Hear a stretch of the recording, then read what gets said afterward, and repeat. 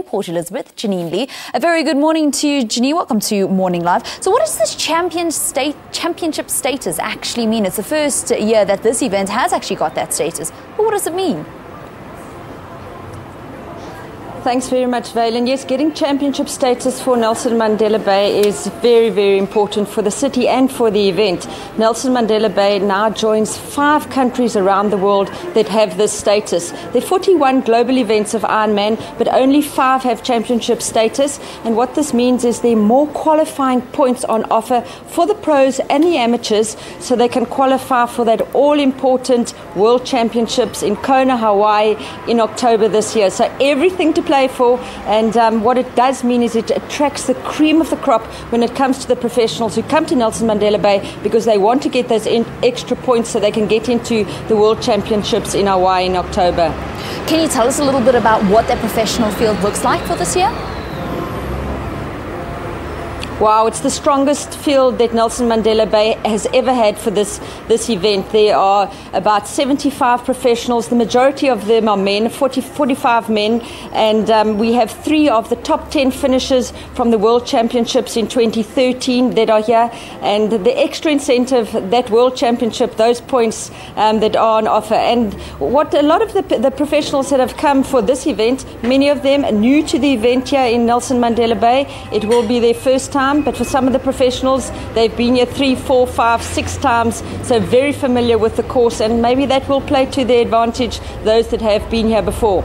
Tell us a little bit about the South African contingent and who we can watch out for there. Who are the South African contenders for the African title?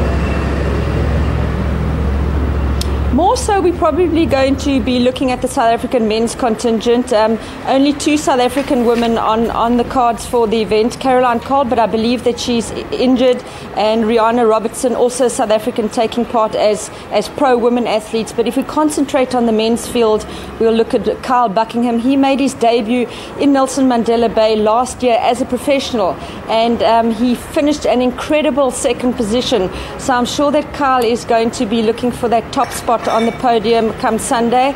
And then also we've got, you can't forget, James Cunnama. He's the first triathlete to do a sub-8 hour on the African continent, and if you know what Ironman's about, that's an incredible feat. So we will be looking at James as well. And then there's the dark horse, Matt Trotman. He's one to watch, and probably will do well, possibly a top 10 finish. Who would you pinpoint as the favourites to actually take the title? Because we have a strong South African contingent, but then, of course, we have all those international athletes that are attracted by the fact that this event now has that championship status and that all-important berth for the World Championships attached to a win. Yeah, Valen, it's so difficult. But I mean, if we have to possibly look at maybe one of the favourites, there's Frederica van Lierde from Belgium. He's a top athlete. You can't discount him at all. It's his first time here in Nelson Mandela Bay racing here, so that might count slightly against him. But he was here in January. He spent 2 weeks in the city familiarising himself with the course and just getting a feel of what it's all about. So that should play into his favour. And then if we look at the women, the United Kingdom's Jodie Swallow, we cannot discount her. She's just come off a fantastic 2014 season, so we expect her to be up there among the top finishers in the women, and possibly a win for her. Finally, Janine, how much money is involved in this? I mean, if you have the time and you have the ability to, what does a win at an Ironman with a championship status, what is it actually worth in monetary terms? We'll put it this way, if I had the time, I'd train for it. So we're looking at $150,000, and we put that into rands, 1.7 million rand.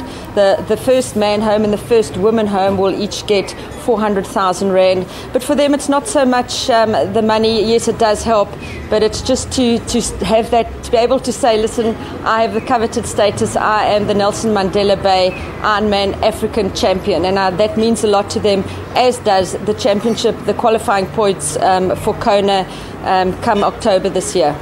All right, thank you very much. That's Janine Lee, who herself is going to partake in the corporate Ironman tomorrow, where they're going to do just 10% of the distances. So good luck with your event, Janine, and thank you very much for chatting to us about Africa Ironman, which is taking place on Sunday in Nelson Mandela Bay.